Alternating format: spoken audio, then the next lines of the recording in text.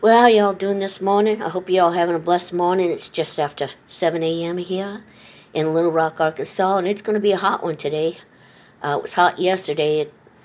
It's going to get up to around 98 today, and with the humidity, it's very humid here. Uh, it's going to be hotter than that. So I don't go outside and sit too much when it gets hot like that because I just can't take the heat. I want to talk about something I've mentioned in other videos, how they need to put a rent cap on some rents to keep them from going up while people are still trying to recover uh, from the Wuhan and the destruction that did. And I've seen some news things, like I watch Fast News this morning. I watch a couple other news channels once in a while.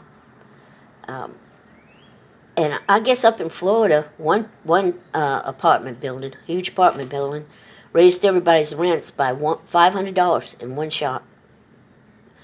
And it caused a lot of people to be in a dilemma that a lot of people are finding themselves in these days, okay?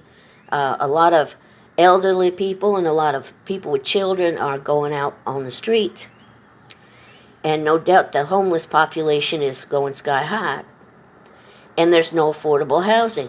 You can't get into affordable housing. There's not enough of it. And like I said this before in other videos, there needs to be a rent cap on rents. A lot of it's just greed.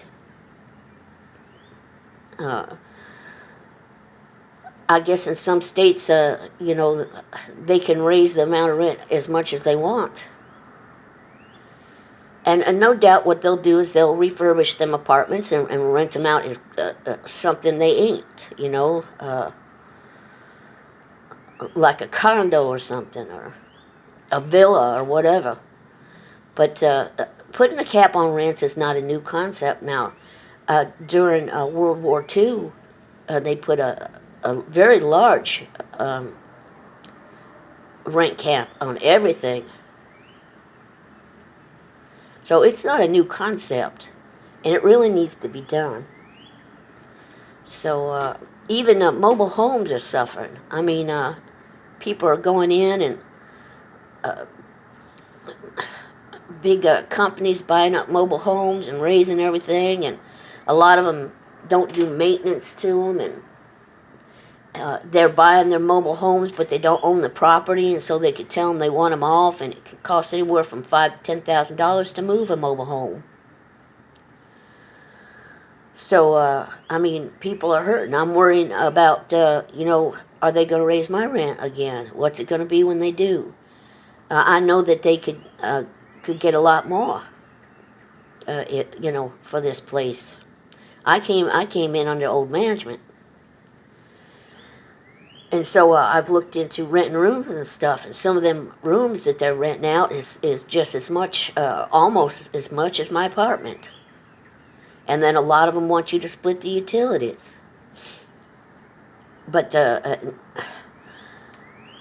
they're renting out them rooms like it would be if it was an apartment. You have a credit check, background check, all that stuff. Me, personally, I don't have any credit. I don't have bad credit. I've just never had credit. But apparently, if you don't have any credit, it's still considered bad credit. I was lucky enough to have found somebody that at the time was willing to co-sign for me, so I was able to get in here, and I needed a place bad.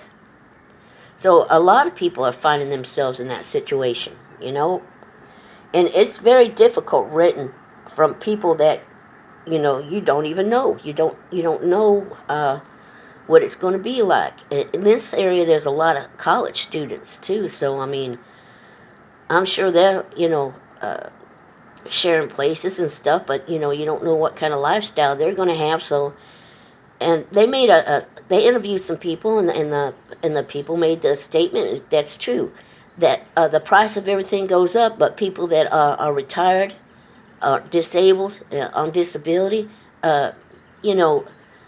their income don't go up. If your rent goes up 25%, people on limited and fixed incomes, they don't get a 25% raise. So I see this becoming a problem that's worse and worse and worse. Now, a lot of people have taken to moving in their vehicles. They had no choice. Me, I don't even have a vehicle. So, being disabled, the chances of me ever working again is like zero. So I don't see this problem getting any better. I see it getting worse. And all the more reason why we shouldn't be taking in illegal immigrants, okay? We need to take care of our people here at home. We really do. People that, already have gone through the process. If we can't can't take care of our own, if the government can't take care of our own, we got no business taking on the responsibility of other people. We don't.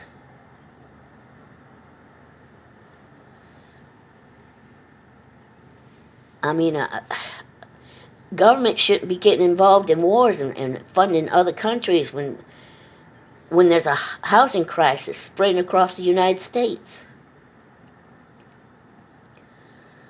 So I'm keeping a close eye on that, and that may not affect you in any way, but it affects a lot of people, all right? And really something needs to be done about it. I've been searching for almost 2 years now to try and get into an affordable senior housing, and there's no openings. There are no openings. One thing they did was they didn't make it for it was just seniors anymore, okay? A lot of places started renting to anybody. And some of these places have 2 to 3 year waiting lists. I seen in one state, I'm not sure, I think it was Michigan, had an 8-year waiting list. Things like Section 8 and stuff like that has become practically non-existent. And a lot of places make it to where you can only have so many people living in your apartment, or they raise the rent. And that is to keep,